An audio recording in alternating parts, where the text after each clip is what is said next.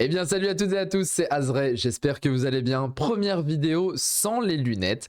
D'ailleurs, vous me direz si vous préférez avec ou sans les lunettes. Hein. Je vous avoue que je les ai enlevées là parce que le filtre anti-lumière bleue, c'est une catastrophe pour moi pour tourner les vidéos. Donc voilà, n'hésitez pas à me le dire en commentaire. D'ailleurs, abonnez-vous, la chaîne est en train de grandir grâce à vous. On est plus de 270, si je dis pas de bêtises, quelque chose comme ça. On vise les 500 sous peu, ce serait incroyable. Sur ce, l'analyse de l'épisode 2 de Solo Leveling, c'est maintenant. Jingle.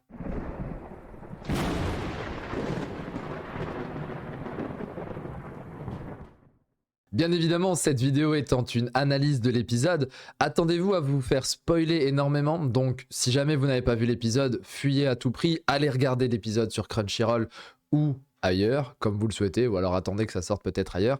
Si vous avez vu l'épisode, eh bien n'hésitez pas à me dire quel est votre ressenti, toujours en commentaire, et puis à la fin de la vidéo aussi, est-ce que j'ai réussi à vous faire changer d'avis si vous aviez un ressenti différent du mien, ou est-ce que vous étiez d'accord avec moi?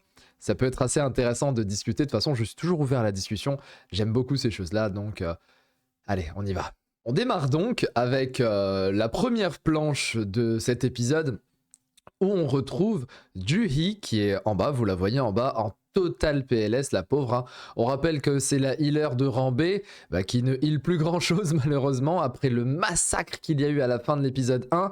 Et c'est Sung qui réussit à bander le bras, ce qui reste du bras de son ami dont j'ai perdu le nom d'ailleurs, qui était le chef de groupe de ce raid. Ensuite, on nous dit, c'est d'ailleurs même lui qui dit que c'est un donjon qui est extrêmement difficile.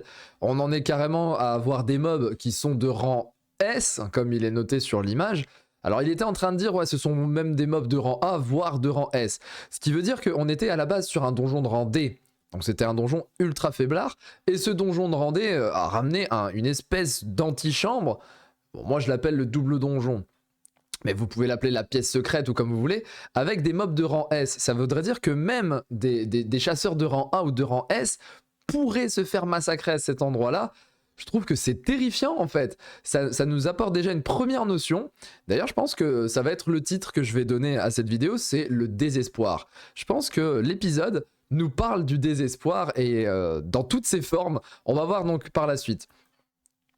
Juste après ça, le banger absolu, mais vraiment, je l'ai regardé, j'ai fait « Oh !» Je l'ai remis 2 fois, je l'ai remis 3 fois. Bien évidemment, c'est Level qui est l'opening de Solo Leveling. La musique, elle est incroyable. Je suis pas très musique, j'en écoute pas vraiment, sauf les openings, les endings d'animé. Mais là, celle-là, oh là là, c'était... Dites-moi, hein, je vais vous le redire 50 fois, mais dites-moi en commentaire si vous avez aimé ce truc, parce que c'était complètement fou. Moi, j'ai adoré, honnêtement, c'était... Bref, je trouve que l'opening spoil un peu. Bon, j'en dis pas plus. Ensuite, on se retrouve donc avec, hop là, le petit changement de caméra, vous avez vu, on est très technique ici. On se retrouve avec Juha, qui est la sœur de Jinwoo. Alors attention, Jinwoo, Juhi, Juha... Les noms en coréen sont assez proches, donc vous m'excuserez si je fais des erreurs. Mais il me semble que c'est Juha, la petite sœur de Jinwoo, qui est en classe au lycée, hein, ça me semble être le lycée. Et donc, son ami, qui est juste en dessous, là, quelque part par là, voilà. Son ami qui à ce moment-là lui dit ton frère il est où, qu'est-ce qu'il fait? Et elle lui dit il est encore en train de faire un donjon, mais t'inquiète, ça va bien se passer. Ce qui est complètement malade parce que juste après on se retrouve carrément sur... Hop, on rechange encore. Juste après on se retrouve carrément dans le donjon en se disant mais attends, il y a eu au moins 5 ou 6 morts juste avant. Et cette frame je l'aime énormément parce qu'elle va vous montrer un petit peu l'ambiance de Solo Leveling en termes visuels.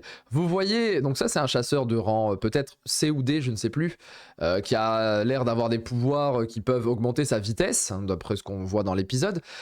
Et puis il y a ses yeux bleus en fait, le reflet des yeux bleus. Je pense qu'on va le voir assez régulièrement parce que dans le manhwa, on le voit assez, enfin dans le webtoon, on le voit assez régulièrement et c'est un petit peu tout ce qui donne la classe des personnages. Cette espèce de flow, les lueurs bleues ou peut-être qu'on aura d'autres couleurs.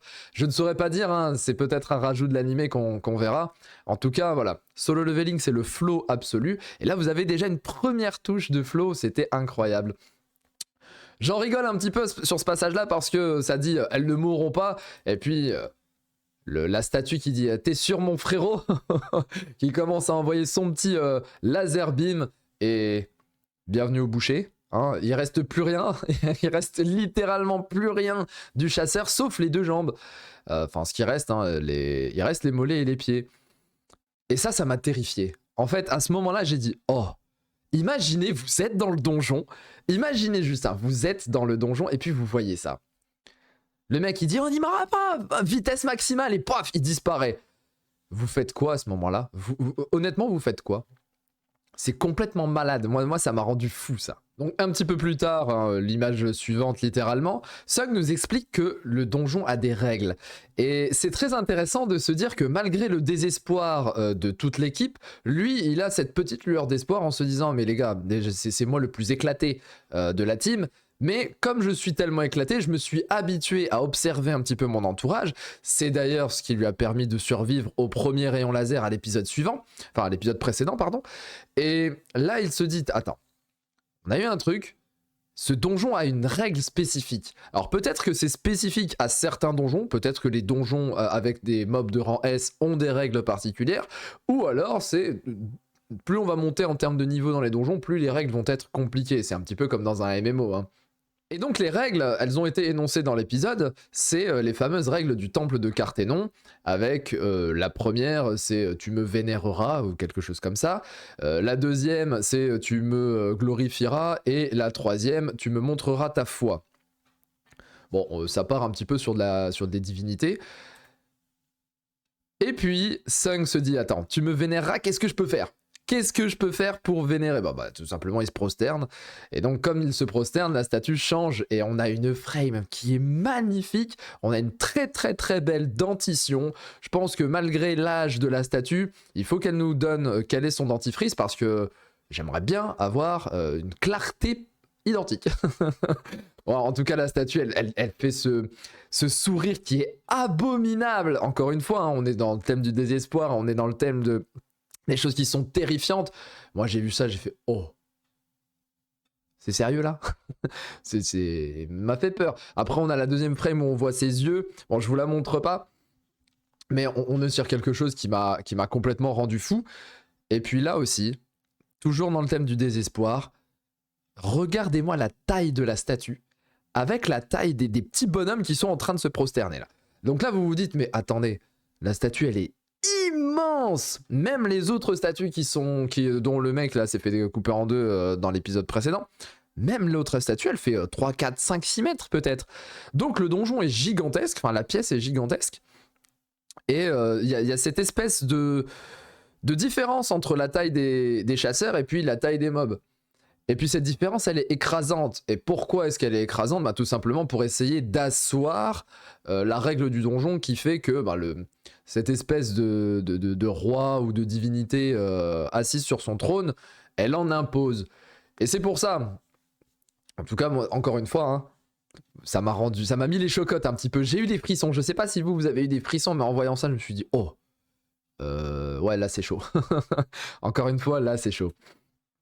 Le fameux sourire iconique, d'ailleurs, très certainement je vais la mettre en miniature celle-là parce que c'est peut-être l'une des frames qui est dans le webtoon qui a rendu fou les lecteurs du webtoon.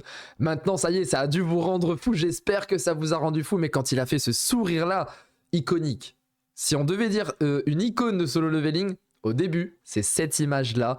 La statue qui regarde vers le bas avec ses yeux, toujours encore une fois des espèces de lueurs, hein, vous avez vu, vous allez en voir, on a déjà commencé à voir ces lueurs, et puis le sourire, et là tu te dis, bon, le mec il est pas là pour blaguer quoi.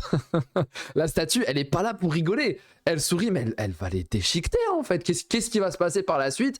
Ils ont réussi à faire ils ont réussi à faire la première règle, ça va être quoi la suite?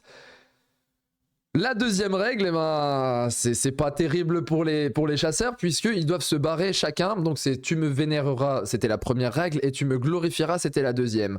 Donc ce chasseur dont j'ai complètement zappé, pardon j'ai tapé, le chasseur dont j'ai complètement zappé le nom qui dit ouais les gars moi j'ai une famille, j'ai ma femme qui est enceinte, elle va accoucher de son deuxième enfant, j'ai mon petit garçon. Moi ça m'a touché, je suis père de famille, je me suis dit oh qu'est-ce qui va se passer? Le mec il se fait couper en deux. Je vous montre pas l'image d'après parce que mais bon vous l'avez vu. Mais je préfère éviter de montrer ça, c'est hyper gore. Le mec, hop, Voilà, sandwich coupé en deux. Et là, tu te dis, mais attends, ses enfants, sa femme, le gamin est déjà orphelin. Le gamin à naître ne connaîtra jamais son père.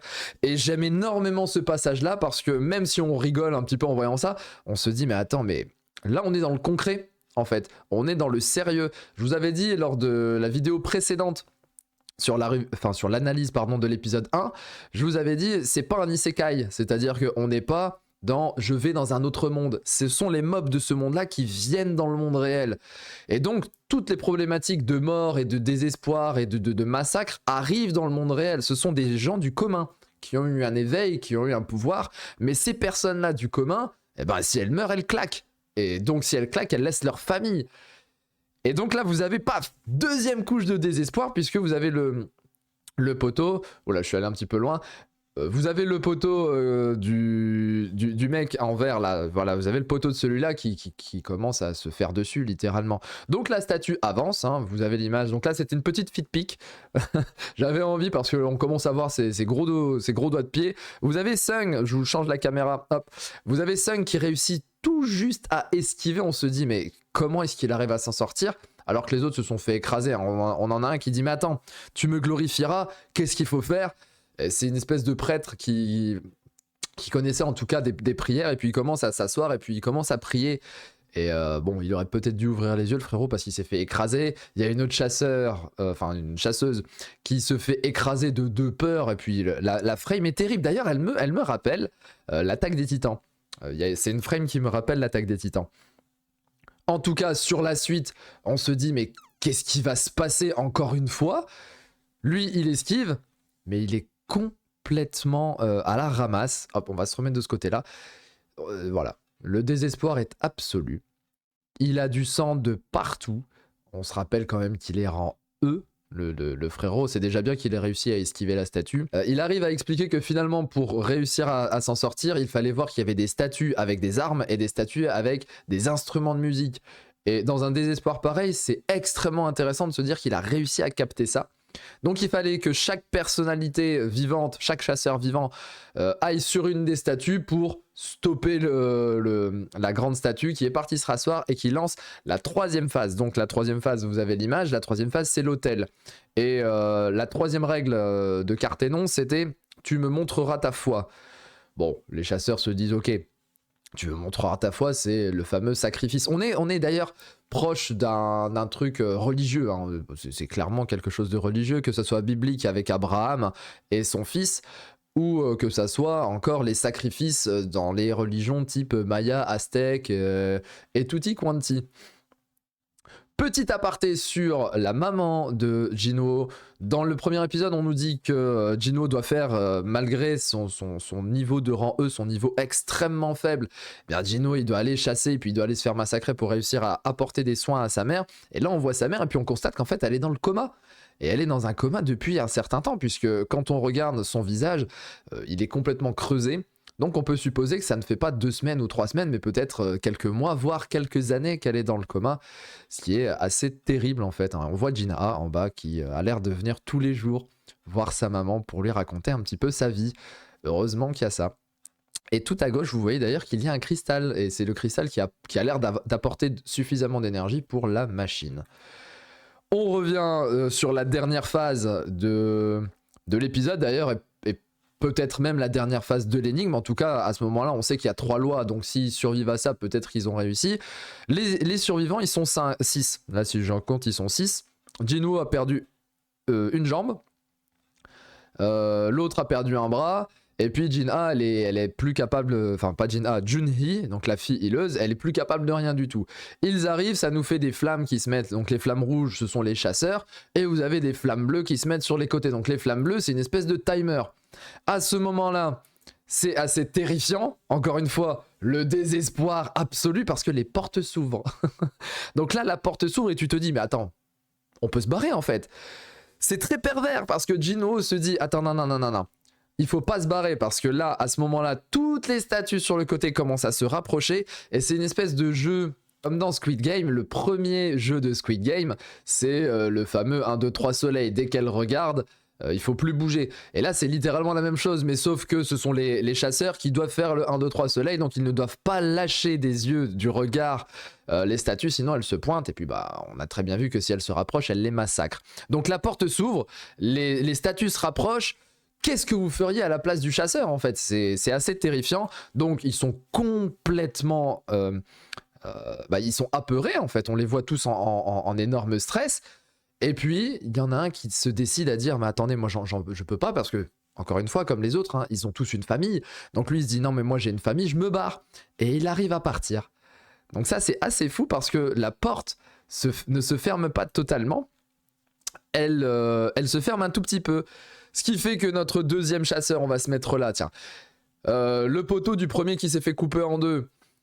Il se dit, mais attends, mais les gars, mais moi aussi, en fait, j'ai une famille, je veux pas mourir là. J'ai vu qu'il y a un chasseur qui vient de partir, la porte s'est un tout petit peu refermée. On suppose que chaque chasseur peut partir, les portes vont se refermer jusqu'au dernier. Et le dernier risque d'être le sacrifice, celui qui est sacrifié. Et il avait dit hein, au chef du raid, bah, c'est toi qui vas te sacrifier, nous c'est mort, on survit. Donc il se barre. Il se barre et il abandonne complètement Sung, à qui il manque un pied, hein, on n'oubliera pas de le dire. Sung qui va se retrouver quasiment tout seul à ce moment-là, hein. Très très forte détermination, très très grande détermination. On voit que malgré le désespoir de l'équipe, lui n'a pas totalement perdu espoir. Il va se faire zigouiller dans tous les sens. Donc il avait un espoir absolu, mais il se fait, mais c'est un carnage. Encore une fois, brutalité, terreur, désespoir, ce sont les trois gros thèmes de cet épisode. Il se fait massacrer et il dénote une certaine hypocrisie de lui-même parce qu'il dit « Attendez, j'ai dit moi-même, oui, Dieu merci, je suis le dernier, je vais être le seul à mourir, tout le monde va survivre. » Et puis en fait, quand il se fait massacrer, il dit « Mais moi aussi, je voulais survivre. Comment est-ce que je peux mourir? Moi aussi, je voulais survivre. » Donc il est sur l'autel de la mort, hein, littéralement. Si j'étais en train de me dire « Mais ça y est, ça fait 2 épisodes et puis le protagoniste, il a disparu, qu'est-ce qui se passe ?» Qu'est-ce qui se passe? Le protagoniste qui disparaît au bout de 2 épisodes? Et ben en fait non. En fait non. Là c'est le cliffhanger de fou malade. Ça c'est ce qui lance Solo Leveling en se disant bah allez, c'est parti, le jeu commence. Donc vous avez eu, je vous ai pas mis l'image d'avant, mais vous avez l'image d'avant qui dit une quête secrète a été débloquée ou a été réussie. Et la notification, vous êtes qualifié pour devenir un joueur. Acceptez-vous. En fait, il y avait une quête secrète sur un donjon avec un personnage qui devient un personnage de RPG littéralement, puisqu'on parle de player de jeu. Qu'est-ce qui va se passer par la suite? Est-ce qu'il va mourir, renaître? Est-ce qu'en fait il va survivre, il va être sauvé? Est-ce que le fait d'avoir acquis ce statut de joueur, ça s'arrête et puis les gens peuvent venir dans le donjon? Bah on va le savoir dans le 3e épisode je pense. Et puis on termine avec l'ending, et l'ending est masterclass lui aussi. Je vous ai laissé le titre, hein, c'est Request de Krage, bon, chez Sony Label Music. L'ending est très très beau, très sympa, les couleurs et tout, le jeu de couleurs très très cool, même si je préfère l'opening. Pour moi l'opening il a été encore plus masterclassisé que l'ending. Et donc voilà la fin de cette analyse de l'épisode 2. Si je devais faire un récap, ça serait simple: brutalité, terreur et désespoir sous toutes ses formes. Je pense quand même que ça n'aurait pas dû être l'épisode 2. Ça aurait dû être un premier épisode de 40 minutes, 40-45 minutes. Il y a d'autres animés qui font des premiers épisodes de 40 minutes. Je n'ai pas compris pourquoi on a un double épisode, épisode 1 samedi dernier et épisode 2 ce soir. Parce que si on avait vécu la terreur dès le premier épisode, je pense que ça aurait été encore plus iconique que ça ne l'est. À vous de me le dire, mais banger ou pas? Banger ou pas? Pour moi, banger absolu. Et on est au début de quelque chose de grand, je pense. Et puis, si vous êtes fan de Solo Leveling, abonnez-vous parce qu'on va en parler très régulièrement. Si vous voulez découvrir Solo Leveling, abonnez-vous parce qu'on va en parler très régulièrement. Et sur ce, c'était Azray. Je vous souhaite une agréable journée, soirée, ça dépend, ou nuit, ça dépend quand est-ce que vous regardez la vidéo. Et on se dit à bientôt. Ciao, ciao, ciao.